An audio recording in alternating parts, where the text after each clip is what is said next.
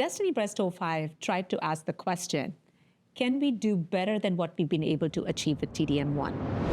So we're going to move now to the adjuvant setting, and we've been alluding to, but now we'll talk about DESTINY-Breast05. We've seen the data and discussed the data in the neoadjuvant setting, but also now we have exciting data in the adjuvant setting. Dr. Jhaveri, could you walk us through DESTINY-Breast05 and the results that were particularly striking to you? Yeah, no, absolutely. So I think let's start with what did we do and what does DESTINY-Breast05 come in and actually replace or will replace very shortly once available for our patients. So currently in our practice, we offer for any tumor that's either node positive clinically or a T2 size tumor, neoadjuvant-based approach. And that could be, we're using a lot more of non-anthracycline-based approaches such as TCHP, but we still use anthracycline-based approaches wherever appropriate for our patients.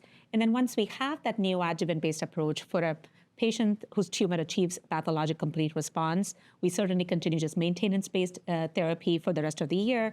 For those with residual disease, we have the Catherine data, which showed us that utilizing T-DM1 for residual disease leads to not only an invasive disease-free survival benefit, but also an overall survival benefit with long-term follow-up that we heard from Dr. Sybil Loibel. And it's now available and published. And so certainly we have been using T-DM1. DESTINY-Breast05 tried to ask the question, can we do better than what we've been able to achieve with T-DM1? Despite having T-DM1 and benefits in IDFS and OS, there are still groups of patients with high-risk tumors, such as inoperable large tumors, tumors with residual nodal disease burden, that have lower IDFS rates than their counterhalves, which did not have those clinical presentations. And so could we even do better with that? And could we potentially expect something better from a drug that might do better than T-DM1? And we asked that because we've seen that in the metastatic setting. We've seen DB03 show us that T-DXd has superior efficacy compared to T-DM1, and that's what replaced T-DM1 in the second-line paradigm for metastatic breast cancer. So DB05 looked at this high-risk patient population. They looked at patients who have inoperable tumors. If they had operable tumors, they focused on those tumors with residual nodal disease burden.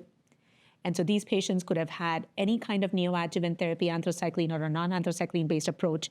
If there was residual disease, they get randomized to receiving T-DXd or T-DM1. The primary endpoint was to look at invasive disease-free survival.